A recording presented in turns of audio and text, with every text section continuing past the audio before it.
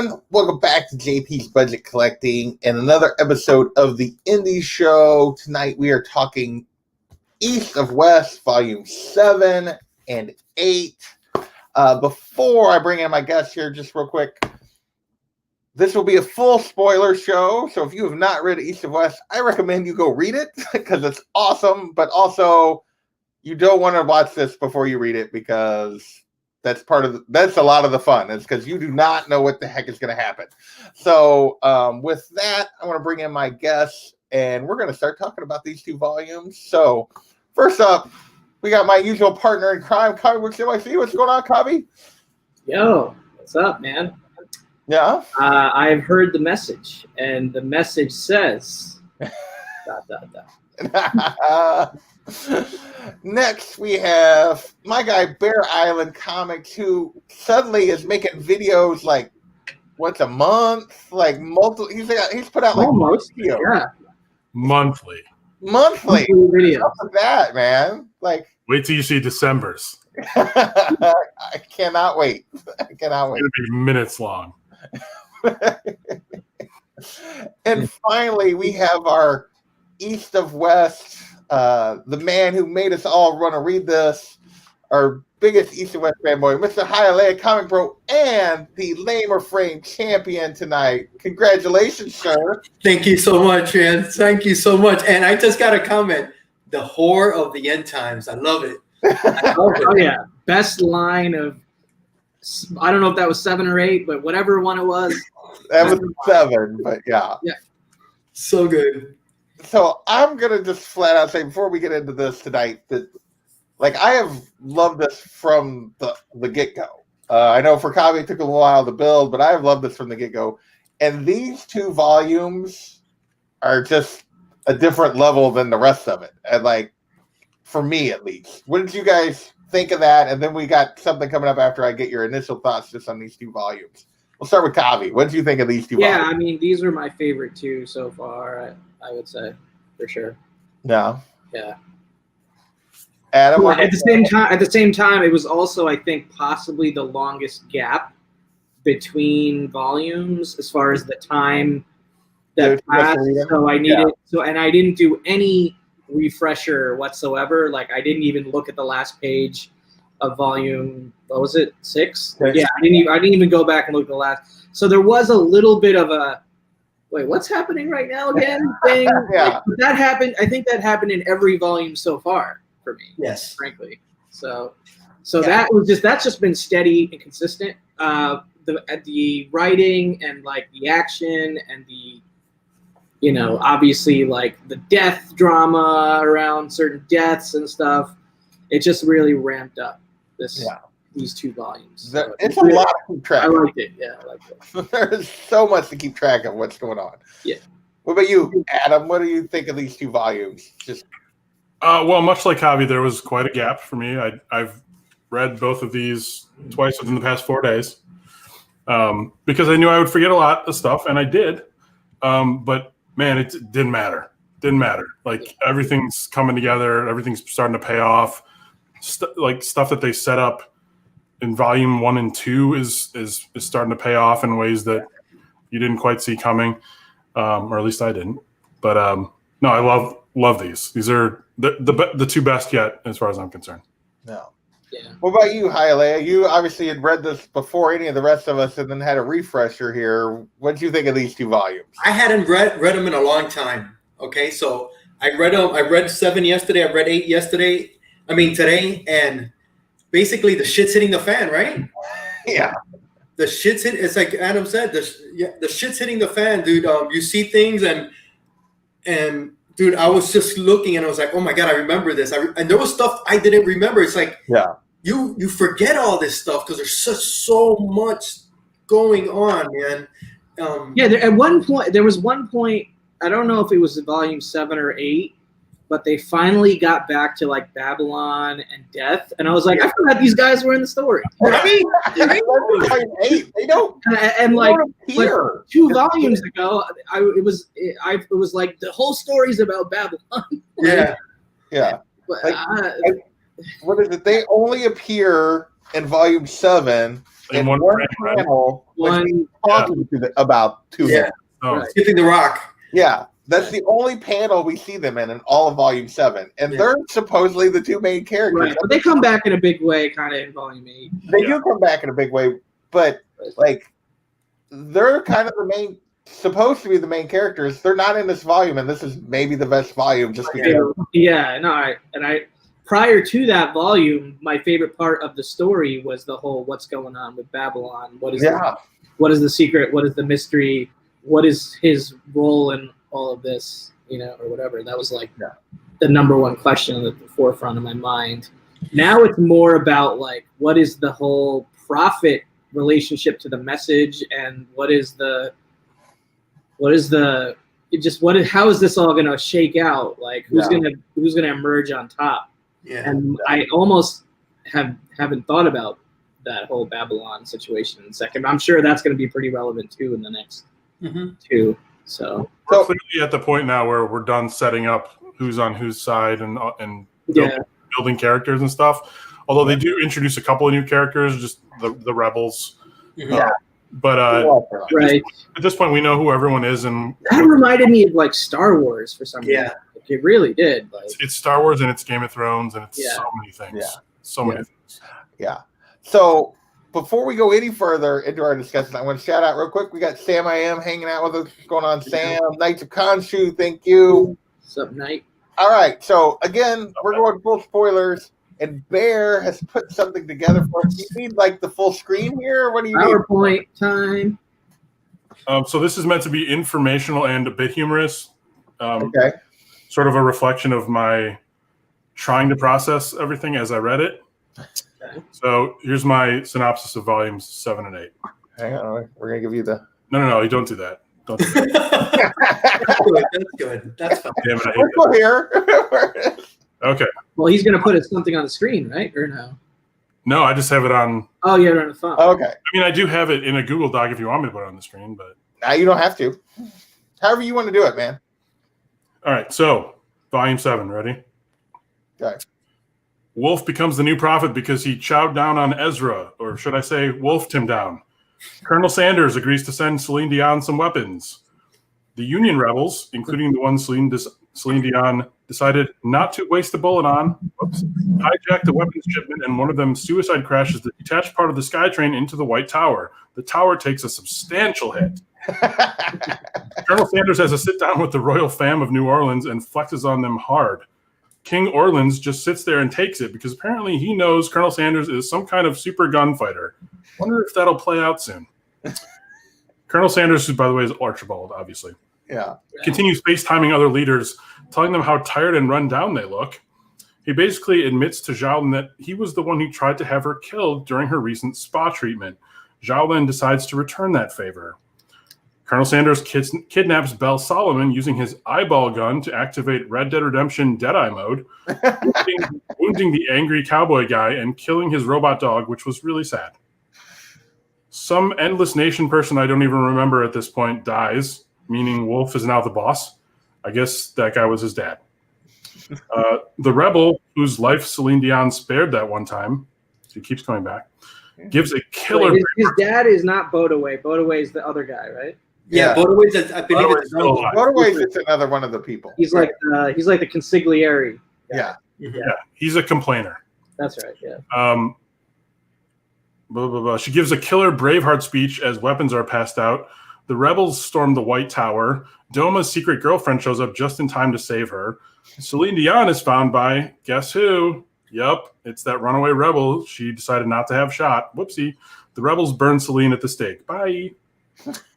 The First Widow, who for some reason I mistook for Doma in disguise, even though Doma's hair is shaved in the back, kills a guy for information, then brings his head and a bunch of other heads to Xiaolin, a.k.a. Daenerys of House Mao.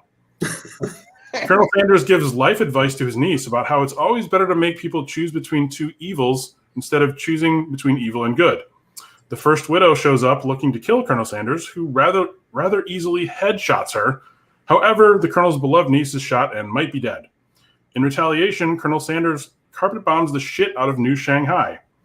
Xiaolin survives and gives a killer Braveheart speech to the remaining people, who are mostly refugees and non-soldiers.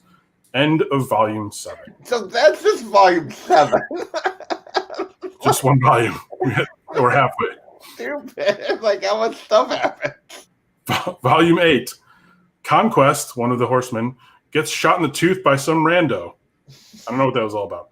Death and Babylon. We finally see Death and Babylon engage in some father-son bonding. Death starts to realize the kid's not seeing the world as it really is. He gets a message from Wifey saying she's in trouble, so he and Babby agree to go help her instead of staying in hiding. Meanwhile, Wolf is trying to decide whether to finish off the Union. He misremembers an old saying about cornered animals, but no one corrects him. He gives a Biden campaign speech about healing the nation and building back better.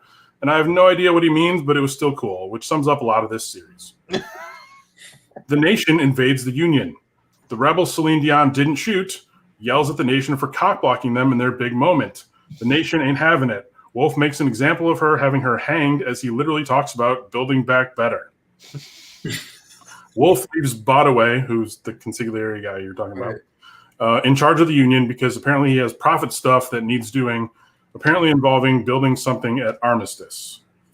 Angry Cowboy, meanwhile, turns out he's still alive. He takes a video game health injection, buries his dog, and hops on his scooter. He makes it to some sort of hospital, gets better, then jacks an ambulance and heads to the Atlas bar to try and get info on people's whereabouts. The horsemen are there, and they see him, but they decide to let him go because they appreciate how murderous he looks. Angry Cowboy finds Doma and her warrior girlfriend in the woods somewhere. The ladies have a bunch of gold bars, the relevance of which I don't even remember at this point. They talk about killing the New Orleans prince, and they use the gold to level up their weapons. Angry Cowboy barges into the kingdom, saying he's there to kill the prince. The king just kind of talks him out of it, and he leaves. After a frustrating dinner with all of his sons, the king decides, yeah, I should let Angry Cowboy kill my eldest. So he basically gives him the go-ahead, and yup, John Freeman gets headshotted. Also, Colonel Sanders' niece is not dead. She's in a coma, though. Colonel Sanders tells Bell Solomon he's got bigger plans than being president, and that he has something special planned for the world. There you go. It. All right, so I don't think we need to say anything else, right? Yep, that's it. Bye, everyone. We're done. Good night. Take care. So, yeah, that's what happens in these 2 volumes. It's a lot. lot. We got to talk about Archibald, right? Do we want to start with Archibald? Archibald's the star. He's way more than we thought he was. He's the best. He's the best. He's pulling the strings. Yeah, he is. So, like, from the beginning, it's been like he was part of this chosen, but you can tell he was always kind of playing his own game, and we really get to see what he's actually doing. Like, maybe not even fully, but we're getting to see how he's playing his own game in this. Like, he's always been about Archibald and not about anything else. And I do sort of like how what's his niece, Constance, yes. like she gets shot, right? So it does add like this like variable or like it ups the ante a little bit. Yeah, to humanize him a little bit. Definitely. A little bit, yes. So there is like he does actually like something does affect him, which is which is kind of a first. But so let's go to. Do we want to start with the horror of the end of times scene, or do we want to start somewhere else with Archibald? Well, or maybe we should start with just the first thing that comes up, which is him manipulating the Union and the rebels in the Union. So he gets the phone call from Celine Dion. That's the only thing I'm going to call her from now on. That's who she is. That's who she's become. About begging him basically for weapons, which he then sends her, only he then also tips off the rebels to steal the weapons. Okay, so he was involved in that too. Because, I thought it was just the rebels doing their own thing, but that makes a lot more sense now. So thank you for. Yeah, well, when you get this scene here after it happens, and he has their profiles up, and he did like a stealth hire. That makes sense. Yeah, he what's the word? He outsourced that job. Yeah. Basically, he's outsourcing like the revolution of the fall of the Union. He's like, I won't do that myself. I got other people that can take. Yeah, because he said, I can't give you soldiers, but I can give you weapons. Because giving her soldiers would have actually given her an advantage. Right. You can't steal soldiers. You can hijack weapons. Right. Excellent. That makes sense. Okay. He's such a schemer. You know, normally when they introduce like a schemer character like this, you think that's it. That's all. That's kind all. of crazy, but they use like a 9/11 style like hijacking. Yeah, but you'll notice they didn't bring down the tower. Yeah, that's true. Yeah. That's true. But I just felt weird reading that whole section like for a second. You know, I was like, okay, all right, hijack, okay. Cool. There were some important differences. I don't think the 9/11 hijackers kissed anyone on board as they were. That was awesome. Yeah, I love the art. I don't know if someone has it handy, but when the guy realizes that he's screwed, like the normal pilot of the train or whatever, Right. she's talking to him and she's got like the gun pointing while she's talking to him. Yeah. I think it's might be the previous page, but yeah, bottom panel there. Yeah. She's like pointing the gun at him with the one hand and steering with the other. And I'm just like, that is like, and as an artist, how do you like, I'm going to draw this. But you've never probably drawn that before in your life. Right. Someone steering while pointing a gun behind them. Dude, so good, bro. Nick Dragata is just amazing. Yeah, the art is just. There's so many. Let me ask you guys a quick question. He's done other stuff. Have you guys seen his other work, like for Marvel? I never have. Is Apparently it he did along Fantastic these Four, lines? didn't he, Kavi? Nick Dragata's stuff.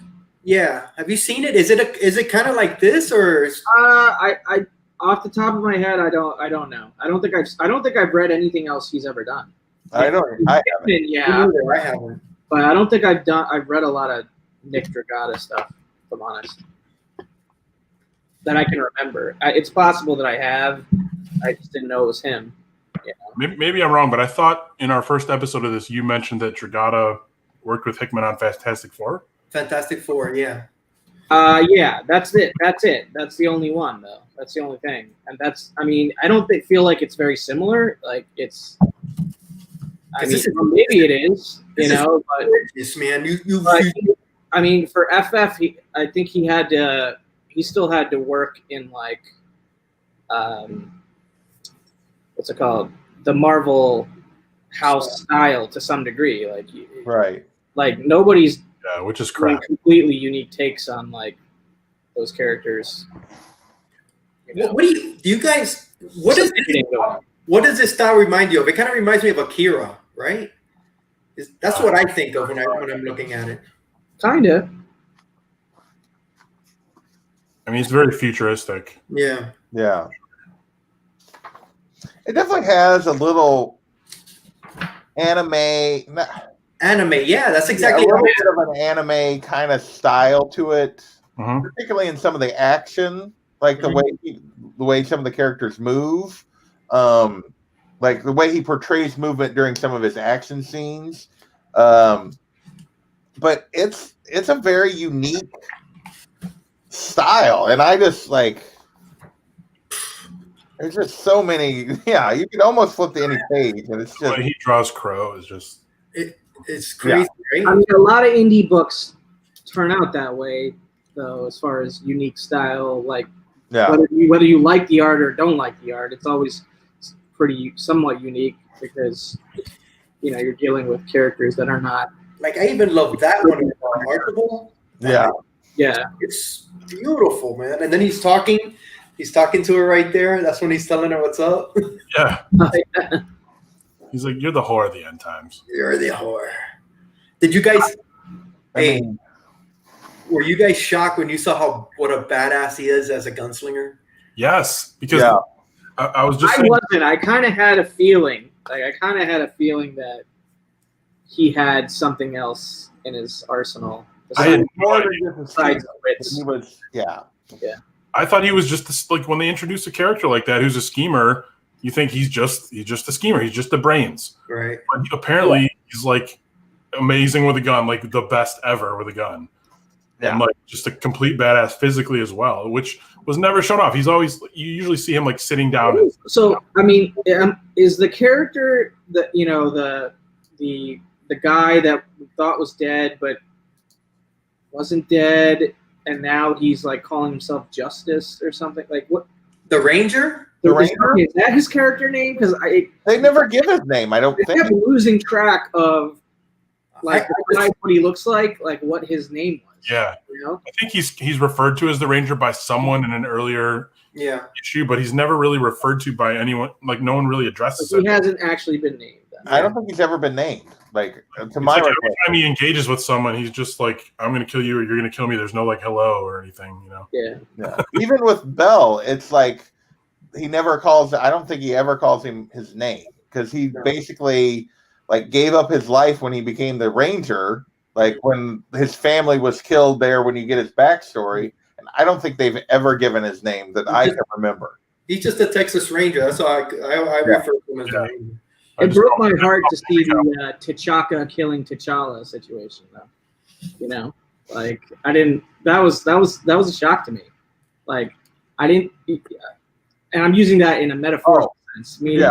father, Oh, the Kingdom stuff. yeah, the kingdom stuff. Yeah, I Oh, didn't yeah, see and that volume- either, and I was super confused because she was pointing a gun at him, but I think that was just to keep him in one place, right? Yeah, exactly. So here's my question: Did she do it? That's what I'm saying. That's what I don't know.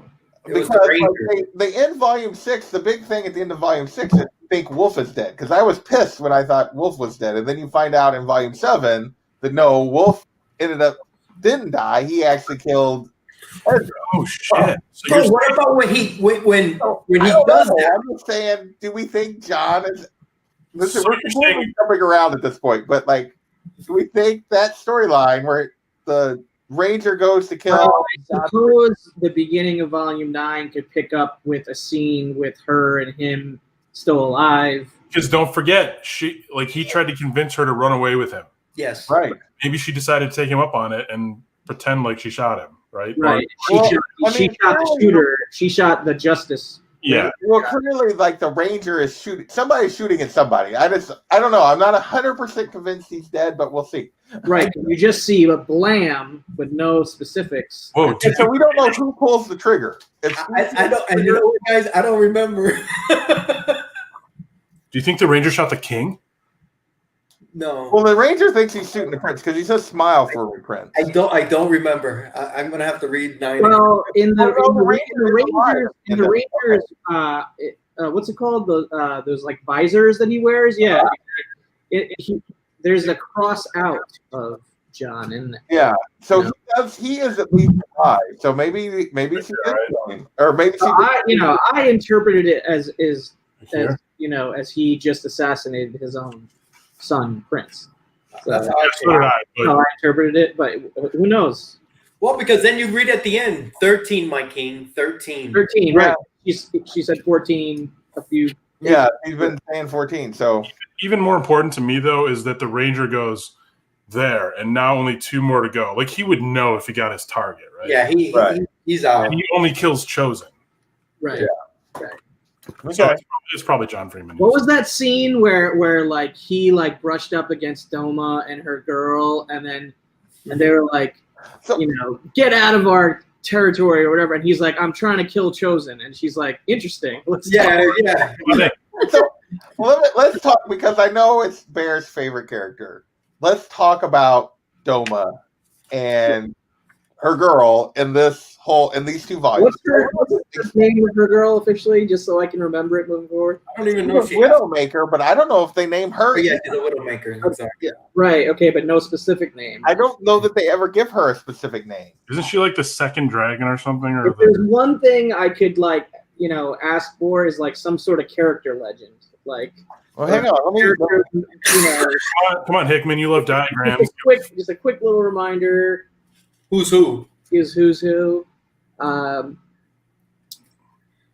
Yeah. What was your response to that Doma question? So what do you think about that storyline where she makes the choice to go for Doma, like, and betray Xiaolin? And boy, I am out of focus. See if I can get this focus.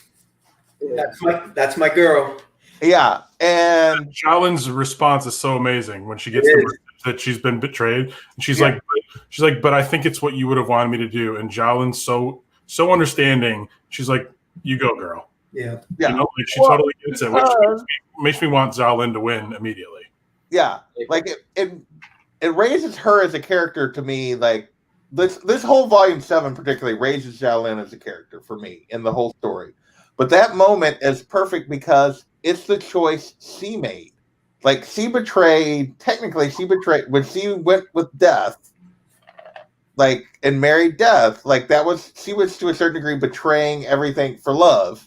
So the fact that she knows this and is okay with her protector that she sent with these others doing the same. Right. Like, it just raises that whole sequence of her going after Doma. And also, how much of a betrayal is it really? I get that she's not following orders and she's not supposed to charge into battle and save one person, but like, how much of a real betrayal is it? Like, not it doesn't really go against what Zhao Lin's goals are. I think it's a betrayal in the fact that she's not planning to come back. She went AWOL. Basically, she went AWOL. She's like leaving her service. Right. Okay. That I guess that's a form of betrayal, but it's not like high No, it's not. It's not like treason. No, definitely not. Definitely not. Wait, so this just almost as quickly as she was introduced, she exits this new widow character, right? Like, Bro, but what a badass! For a while. well, yeah, like she was. I was so. Oh, the first widow. You're talking about the first excited about her introduction. I was like, "This is gonna be my Doma," And then like 2 issues later, like, damn it! You've been jealous of me with my Doma this whole time, and you finally. I will say, like this is gonna be my character. I latch onto with this character when she's gone. With the first widow is introduced. First widow, a badass character. I love it so much. I'm with Kavi. I was like, oh, this character is gonna be so awesome.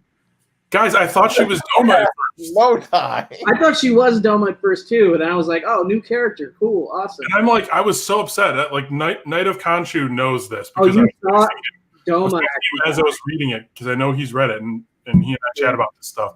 And I was like, I can't believe they fucking just killed Doma. And he's like no commenting. He's like being very careful in his response. He's like, oh boy, you just gotta see how everything plays out, huh? Yeah. Rod. Yeah, that's. Oh, you thought this was Doma? Yeah, because look at her. Yeah. Well, at least she has a similar look, but knowing that it isn't now. So. Yeah. I mean, it's not a huge leap to think there are things that we still don't know about Doma. Right. Exactly. But no, the first widow was I was super excited when she's introduced in the scene, killing all the Japanese guys, and then like because you hate Japanese people. You should do a whole Domalux like one shot like on spec and just like send it to Image. Be like, yo, here it is.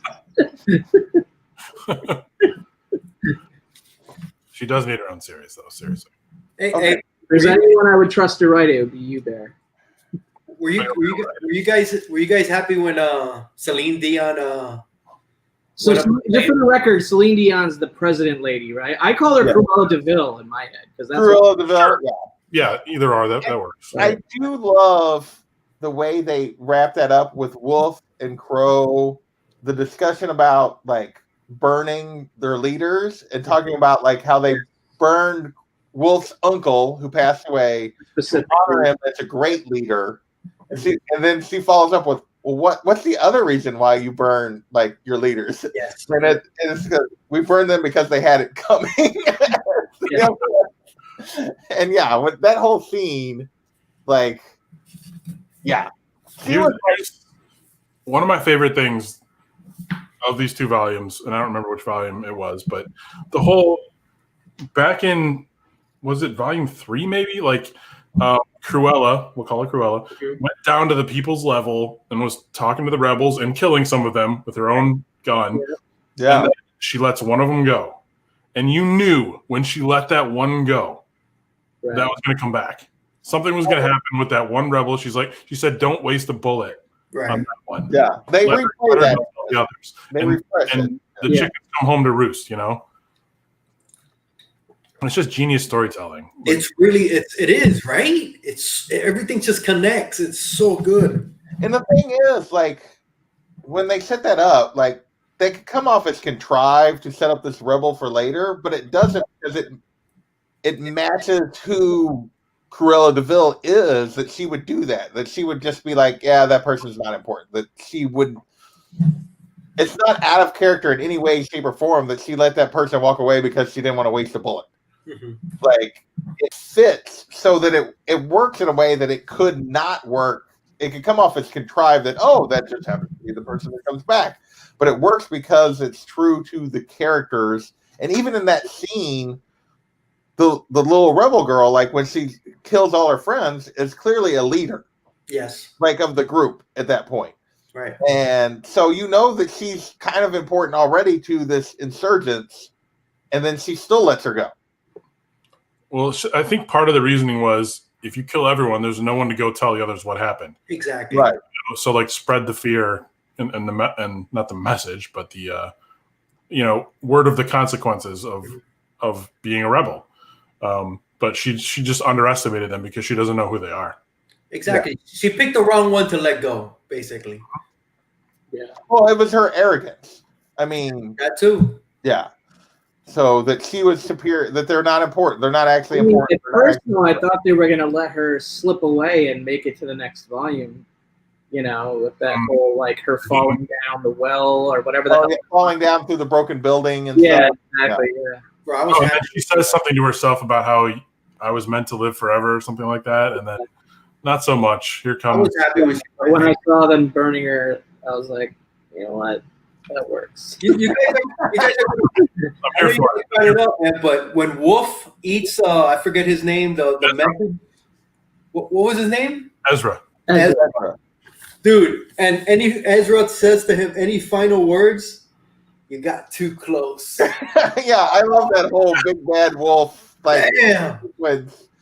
Like that was, Ezra's talking so much shit leading up to that, and then all of a sudden it's like chomp. It's over. yeah. Oh, so good, man. Yeah, Ezra speaking of overconfidence. Like, Dude, and then he's just got Ezra all over. Oh my god. he got Ezra all over. Now we kind of see like, and I think it's kind of weird how part of the message of this whole entire story is if you eat the message, you become the message. Right. And that's kind of goofy, but we do see sort of a change in Wolf, right? Like he's sort of split between Wolf and Wolf Prophet, Yeah. And Well, so- now he's just the prophet, apparently, or like this is or where we are now in the story is like the beginning of the prophet-only era of his character, I guess. Basically, Whatever that's supposed to with the mean. defeat of the Union, he feels like he's done his duty to the tribe and he has to go do prophet stuff, whatever that's going to be here at the end. which is interesting because when the story started out in Volume 1, he was working with Death to stop those who were trying to bring the end times. Yes. He's in the opposite position, right? Yeah. Yeah. And now he's like, hey, Crow and Death were like working to stop this. Like he had his father, who was the Shivyo character or whatever, who was one of the chosen, had raised him to be I'm so dumb. and he had basically rebelled. He didn't believe in the message that way. And now he is the message, which is a very unique path for him. He's like the Pope, basically. Yeah. Yeah, now he is. He's the righteous one. So can you guys explain to me this like whole scene with the other horsemen and like the sword in the stone kind of scene right here or whatever? I always thought like Thor's hammer was going to show up. Yeah, I thought the same thing. I Yeah. was like, what is happening in the scene? Like, Okay. I don't know what that that was. was the most confusing part of the whole story in general, but most specifically in these two volumes, it was the other horsemen guys. I feel like What's happening with them? Like, I don't know. I feel like to a certain degree, like we don't get Death and Babylon except for one panel in Volume 7. Mhm. I sort of feel like these couple of sequences with the horsemen are just meant to like remind you that they're there and a threat. Like that they're not, it's not really like progressing the story. It's anyway, it's just like, oh yeah, and we still have to deal with these guys. Oh yeah, we still have to deal with these guys. It's kind of what I feel. Yeah, so if I had any gripe whatsoever with these two volumes, then it would be the lack of clarity or just story movement for those So the Horsemen, I would agree with that. Horseman characters, because frankly, it's been the thing that's been bothering me about the book from the first volume to this one. You know, so I have the least understanding of their necessity to the story, I guess. They've got to be more important than the next 2 volumes. They have to be. They have to be, right? You would think. Yeah. They have to be. You know, I feel like it's this weird thing, like, because the whole point of the message and everything, or the way they, like, these people these chosen have interpreted it, is that the Horsemen and the great beast Babylon are going to bring about the end of times. What I'm seeing, like, in these volumes is the chosen are bringing about the end of the times, and the Horsemen are just kind of like walking around like, yep, there's war happening. Yeah, it's like we'll run into Babylon at some point. Yeah, well, we need to go get Babylon to prepare for this, but it's happening anyway, like, because of the chosen. Yeah, so it's kind of an odd thing. They do have the one moment though where they see the Ranger and like they're like, should we kill him? And War's like, nope. Can you not tell this man is about to go murder some people? That is right. That is one of my favorite quotes or whatever comes from that line. Yeah, that line or whatever. What's the line again? Hold on, I'll find it. It's an 8, I believe. we would tell you to pray, but it wouldn't you any good. You have earned what is coming to you. What is coming to you. Like, I know they use that in one of those white interstitial pages. well, they use it on the back of all the volumes. And they use it on the back. Yeah, so like to see that appear in the storyline excited me because that line had been like revolving around in my brain for like so many freaking issues, right? Yeah, he had one of these white pages at one point, didn't he? Yeah, I mean, He still does. dude, Yeah. if there's any like piece of East of West merch that I would love, would be like the daily message calendar or something like that. And every day I get the daily message and I just flip through to the next like badass sounding saying that I have no clue what it means. It's so 2020. Right? That would be cool, man. Yeah. Jonathan Hickman, if you're listening, I would buy that calendar. That line about the Ranger, so we're going to stick him? God, no. Take a good look. That man has a murderous spirit, ready to unleash it on the world. If anything, we should wish him luck. Yeah, It's so good. I love how like he is the only like human in the whole story up to that point that has like spoken to them.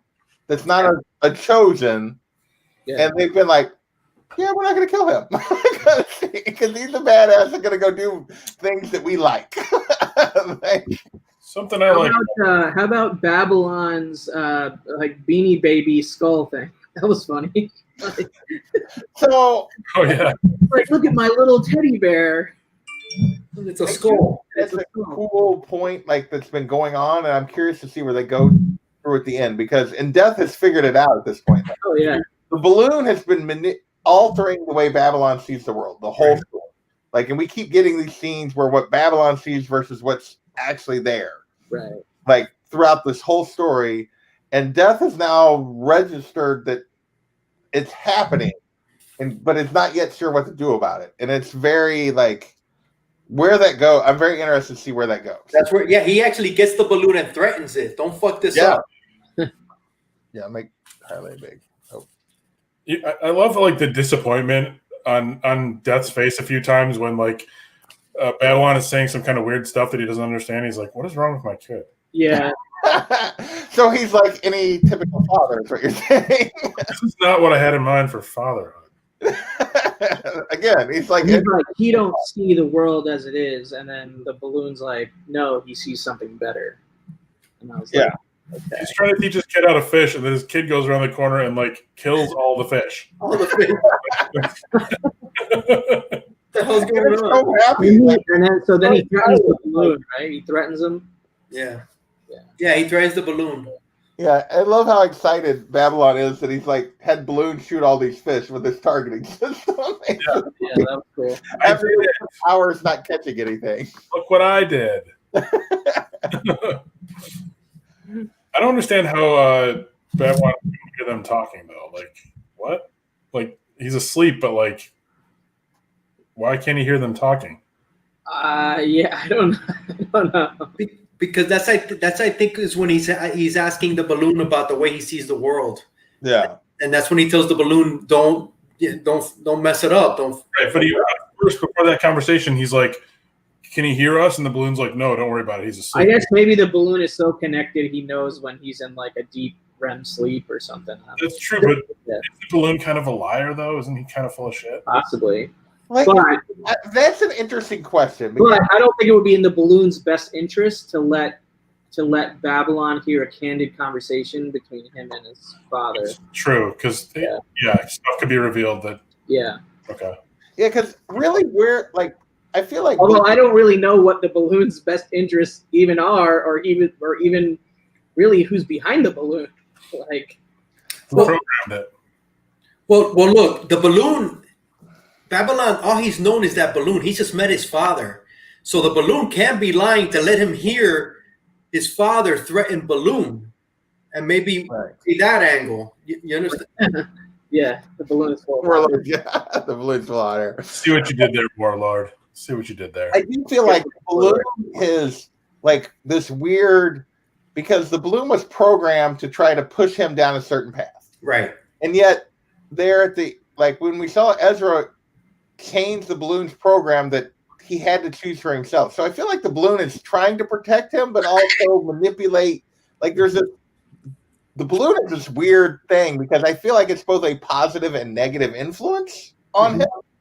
Yeah. And he relies on it so much that it clearly has way too much influence on him. Exactly. So, True. like, how they're going to I think eventually they're going to have to separate him from the balloon. I'm not sure how that happens without, like, causing serious damage to him, though. And Death can't really kill the balloon, because then his kid will be mad at him for like the rest of the time. Exactly. So it's gonna be fun to see how that plays out. It's like, so wait, in the next 2 volumes, are there only 4 issues per volume? Like, are there only 8 issues of this? I think there's only 7 issues left. only 7 issues. Yeah, there's a lot of story to wrap up. In the last volume, there's only 3 issues, but the last issue is a double size. Okay, Alright, so there is basically 8 issues then, yeah. Shoot, I might read that tonight. That's what I told you. I'm liable to read this tonight. Guys, I've read till 9. I'm waiting to read 10 with you guys, because I'm waiting to read it with you guys. So I can't wait. I'll read it tomorrow. I can't wait any longer. So I do feel like we've jumped around a lot, but we're 45 minutes in. So is there any major points you guys want to talk about that you have not got a chance to address yet? Let's start with you, Haile. Is there anything major that in here that we haven't talked about you want to touch on? Not really. I mean, I don't remember. It's been so long since I read this the first time that I'm rereading it and getting to know it again. I honestly don't remember what happens in 9. Yeah, I don't remember what's coming up, and I've never read 10, so I just want to finish it, because it's like what Kavi says. How's this shit gonna end, dude? It's like, come on. So I'm dying. I think it ended last year around this time, I believe. Yeah. So it's been a whole year for me to wait till the end. So I also noticed that at one point in, I think it was volume 8, I don't forget which character says it, but one of the main characters says the word decorum, and it's in bold. Yes, and I remember that. That's the book he followed it up with, right? Yeah, that's like a Hickman Easter egg, right? Yeah. So I was like, was that an Easter egg, or what? Because I haven't read decorum, so I don't know. I think he mentions it in. It's like a word that's used in House of X, Powers of 10 as well. I think so. Which is given birth to a theory that Hickman is somehow trying to bring all of his universes together, but that's not possible. It doesn't make much sense. Some of it's Marvel and some of it's It's too much. But I could see him bringing two of his creator-owned worlds together potentially. But I haven't read Decorum, so I can't make any. Yeah, I don't remember where that's at. Have you guys changed any of your opinions as far as your favorite characters? After these volumes? Yeah, for sure. Yeah, I would say so. Like my favorite characters has evolved as the story has went along. I don't know. I mean, I guess Wolf / the Prophet has increased in my ranking, if I even had to give a ranking. I don't know. That's the only, and maybe Doma has come slightly down for me. Not that I don't like the character, but because she just isn't in it as much. Exactly. You know what I mean? Not much for her to do right now. Yeah, not as important to the end game as some of the others. Like, right. But I think Xiaolin was my favorite character since she was introduced, and it's only gone up from there for me. Yeah. So Zhao Lin is my favorite right now, which it used to be Death. Right now it's Zhao Lin, which makes me scared because she has a lot of Daenerys tendencies. yeah, I could totally see her biting the bullet here in one of these next 2 volumes. But yeah, She kind of reminds me of the Bride too, from what is it, Kill Bill and all that. It's just a badass. oh yeah, Uma Thurman's character. Yeah. I would say I'm of the same boat. Xiaolin is probably my favorite character now. I don't think she was right. She was in the top couple but Volume 7 put her as my number 1 for sure. I thought First Widow was going to be some new Oh, I was so hoping for thing. something. I was like, But, oh well. that was such a disappointment that the First Widow, because she's such a cool design. I just like the whole approach, like when the way she talks to that guy, the Japanese guy. Yeah. Like, I want a prequel on the First Widow. I want this prequel on Doma. I want the First Widow. The Adventures of Doma and First. We need our Rogue One for the First Widow. Yeah, exactly. Yeah. You know who the First Widow is? She's Oshi Ren from Kill Bill.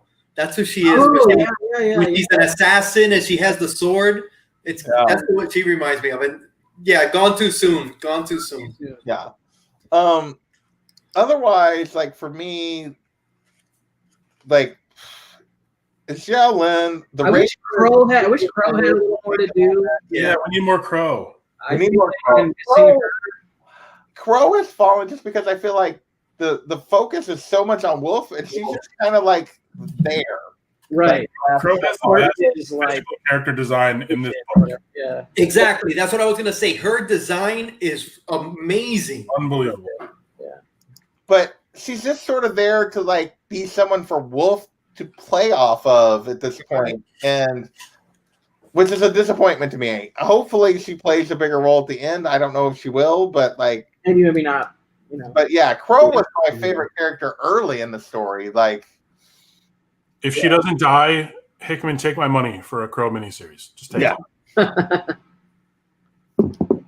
I would agree with that. As long as Dragata's drawing it, though, because it's got to be Dragata. Yeah, I'm used to my Dragata Crow, and I got to have more.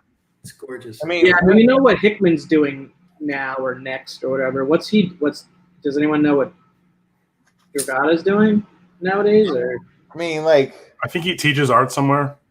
Bro, that's gorgeous, bro. Like, yeah, dude, she's like, it's like this character that's so beautiful, and you never really can see all the beauty because it's right. It's like the contrast distracts you from the whole picture that you could be seeing if it was a consistent one color, whether it be black or white. Yeah. Right. But it's like, oh God. And at the same time, she's kind of naked, which is hot. I don't know. It's like you almost want her to be real. It's like you want her to be real. Why can't you be a real? Yeah, like I wouldn't call her like a sexualized character, but there's sex. It's a sexy character nonetheless. Like yeah, she oozes. Yeah. She oozes confidence in her. Yeah.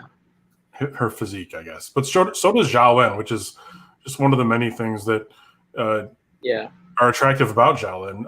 I think the reason she's my favorite character is probably there may be 3 different things that from these volumes that sort of illustrate it. One is the fact that when Archibald is, I call it FaceTiming her, about the whole assassination attempt beforehand. When it's from her perspective, she goes, "Okay, now I have to feign surprise."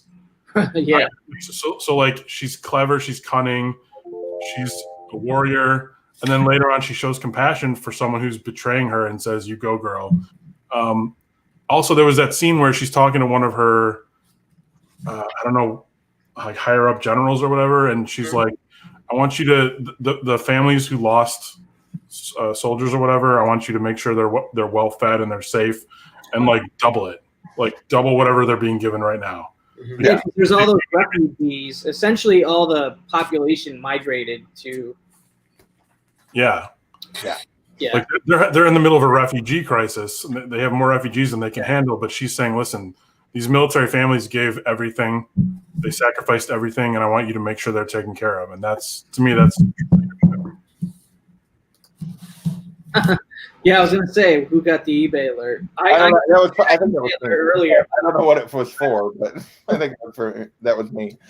So, yeah, Oh, to me, like she is like in a book, a series full of standout characters. When you're talking about Archibald and Wolf and Death and all these standout characters, to me, she is separated herself as the best character, and because of the things Bear was just talking about in terms of she's fierce and powerful, but she's also compassionate and she's just really well written. Mm-hmm. Well, so if this story ends like the happy ending way around, let's just say, it would be her taking Archibald down somehow, but having it be like a really compelling battle in some way to the end or whatever, and then her kind of galvanizing the rest of the territories around a peace, and then her having her family intact and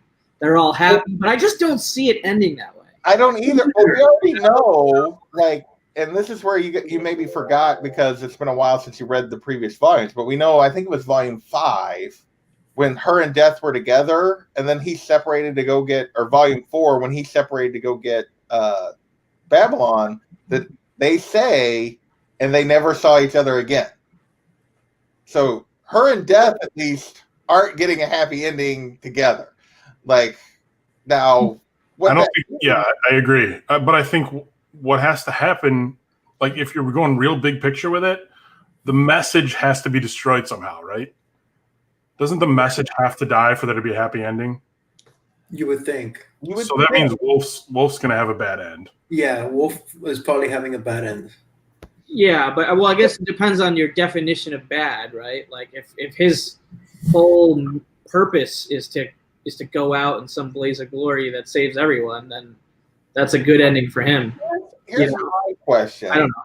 Because the message has been so flexible, in the way it's portrayed, and they're only getting bits and pieces of it at a time. Do we truly think that the message ultimately has to I don't know. I'm confused about where the message is actually trying to take them.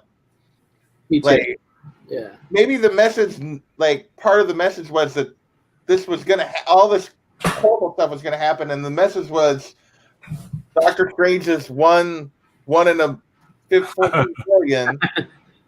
I don't know that. I'm just curious if that's where Hickman's gonna go with it. If I tell you, it won't happen. Look up Knights of Khonshu. Yeah, dude. Your mind. Oh, I'm planning in the next couple of days. I'm going to finish reading. Me too. I'm going to read it too. Yeah, I'll try to read it this weekend. Okay. I think Knight of Khonshu should come on our final episode. Oh, yeah, how about a Knight of Khonshu?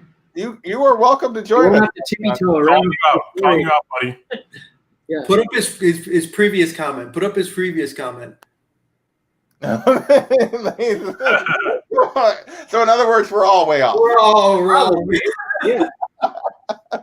That's almost a spoiler there. The LOL part. Yeah. Everything you said is wrong.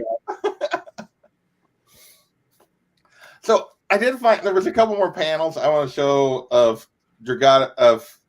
Nick Dragata's art that I just absolutely love. I love this the fly on his visor. You can't handle that. Yeah, that was cool.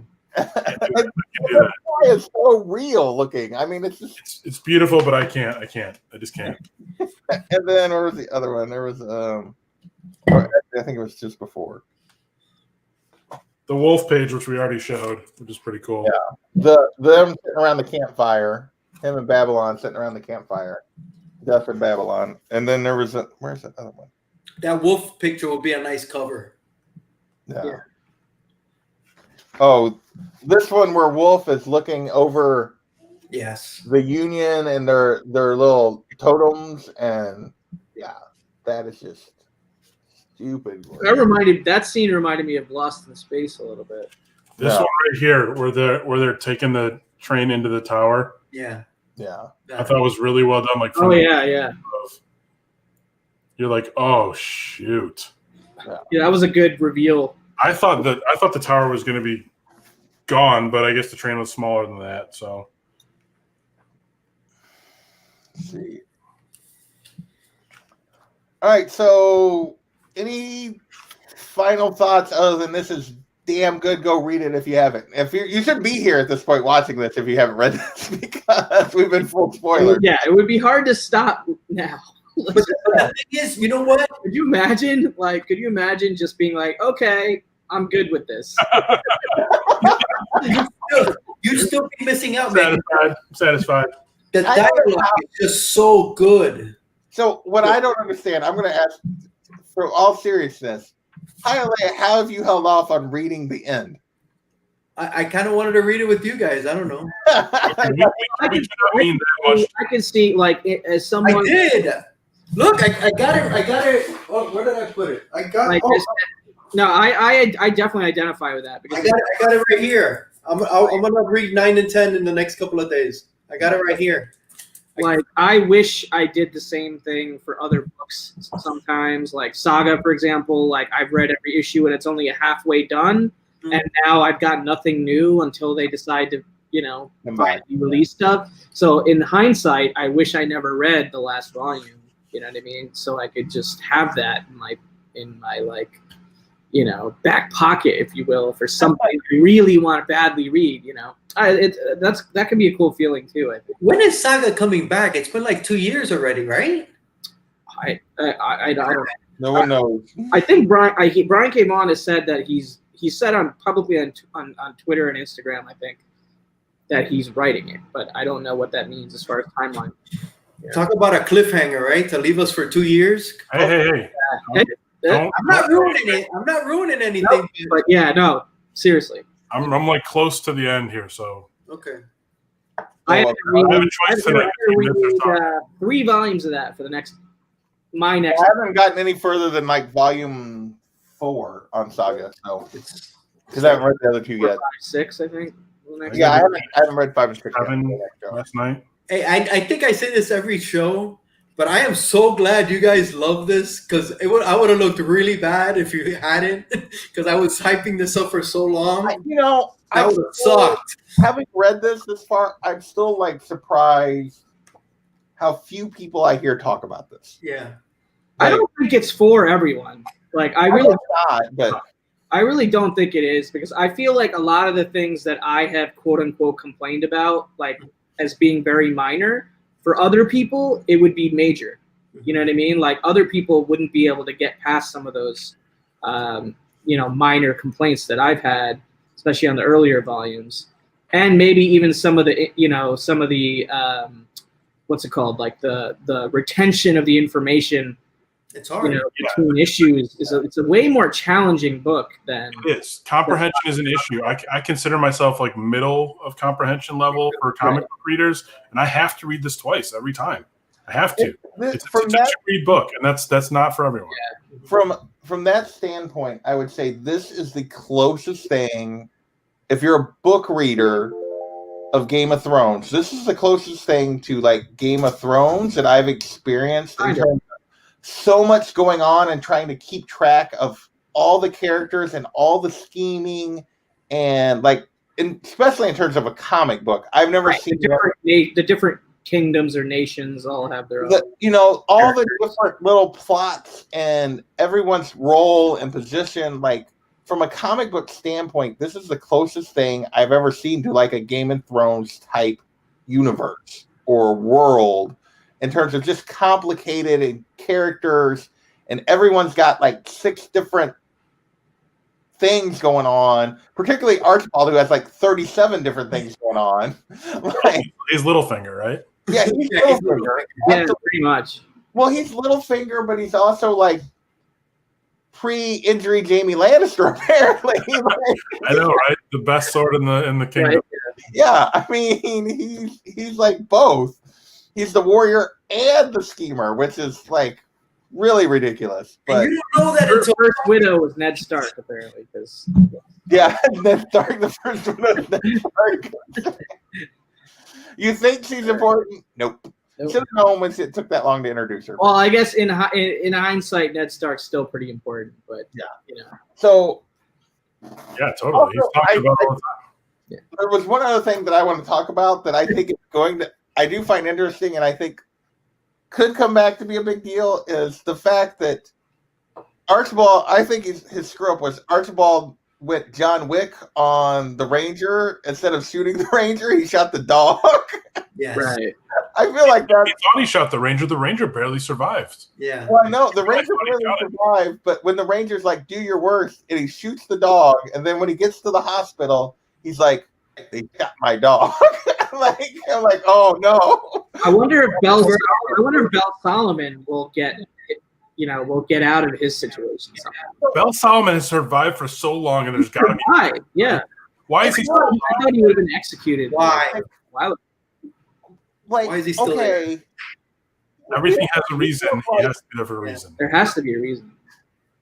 there's got to be something at the end with Bell because he feels like the least important and least interesting of the chosen during all of this. So not interesting. This fucking Chevallo thing. Just get Yeah, and like, Oh yeah. and Yeah. for some reason, Archibald is like obsessed with him, like keeping him around as like his. Well, he was an old friend, right? I guess, but it just like the whole Bell thing doesn't make a lot of sense to me because I don't feel like I feel like he's like the first chosen that should have died because he has like he's been so unimportant and unimpressive. Yeah. Like I don't There's no know, way Archibald wins. something at the end. There's got to be. There's no way Archibald wins because, like, it's all hubris at the end. At the very end, when he's talking, he's like, "We're going beyond president. Yeah. We're going bigger than that." Like he's No, Archibald is like actually we should put it this way. Archibald is Littlefinger, Cersei, like or Tywin. Like he's both those. Yeah, he reminds me more of Tywin. I think he's like Tywin but more he's maybe Tywin is the appropriate I thing. think it is. Tywin had it under control. Just Tyrion was kind of a wild card there. I think Yeah. Tywin was pretty smart Yeah. personally, but he underestimated his son that he overlooked. But Yeah. no. Are any of those Game of Thrones comics any good? Like I know they exist, but I've never even looked at it. I'm assuming they're just recreation Okay, stories. so they're not new stories that fill in. I don't think so. Are they still coming out? Do they follow the TV show, or do they follow the books? I don't know. I don't know. I've seen them. I've seen like them at conventions and stuff, but I've never actually flipped. Yeah, them. me neither. They certainly haven't caught on like for having any value or anything. Yeah, like No. Yeah. that's true. Nobody's like clamoring for them. I find that odd, though. It is kind of odd. Yeah. Maybe the number one has some. You see the total opposite happening in Star Wars, like a huge franchise. It's like It might be because there's already a book out. true. It's Game of Thrones. Like if there was a Harry Potter comic, no one would really want it, right? Because you could just buy the Harry Potter. True. The visual media was the adaptation in that situation. Yeah. Yeah. I mean, I can see people because I think you're right because I think they have just been adaptations of the books. Like I could see if they were telling new Right. Star Wars telling new stories. Yeah. different stories in the comics, like filling in gaps or whatever, then I could see them being popular. I don't otherwise why don't you just want the book? So That's another conversation, though. yeah. I know, well, that's way off of it. All right. Final thoughts. I think we've been doing final thoughts for like 20 minutes. I know, but Yeah, this is a Midwestern goodbye here. okay, we'll say goodbye then. All right, we will be back hopefully in the next couple weeks to do volumes 9 and 10 because Sounds good. and we'll have to reach out to Knights of Khonshu if he wants in. He Let said us- maybe. Then maybe. He said maybe. Then maybe. So That's not a no. I'm calling you out, Matt. that's right. I was right. I'm on spot on, according to Sam. That's never happens, but hey, thank you, Sam. So, all right. I want to thank everybody that hung out with us tonight. I appreciate it. I want to thank these guys for hanging out with me. Kavi, you got anything coming up on your channel you want to promote? Not a ton. I'm taking a little break, if I'm honest, but I'll have another episode of Original Art Hour. I'll be back doing the Original Art Hour in December. The first new episode will be December 5th, Unruly Simeon. So that'll be cool. Nice. Adam, now that you're, a video a month guy, all of a sudden, what you got? You have your December plan? The Last Con does not have enough views, guys. I made a documentary about C2E2 2020. If you haven't seen it, Go watch it. I would love for people to go watch it. I mean, I spent 8 months on it or something like that, and it doesn't even have like 1,000 views yet. So hopefully we can get that number up. I just want people to see it, honestly. Yeah. I just want people to see it. So it's called The Last Con. It's about 40 minutes of your time, and Comic Books NYC is in it, and so is JP's Budget Collecting. Actually, so really, actually in it too. If you look real close, Hialeah makes a cameo. If you pay attention, you can see the face in it. So please go watch The Last Con on Bear Island Comics, my YouTube channel. Thanks. Hialeah, what about you, man? What you got coming up? I got Inquiring Minds on my channel tomorrow with Javi, 9 o'clock Eastern, and we got Comic Man Andy tomorrow as our guest. So. Oh, cool. Yeah, can't wait to get to time. So, I don't know. I have my usual stuff. It'll be out at some point. My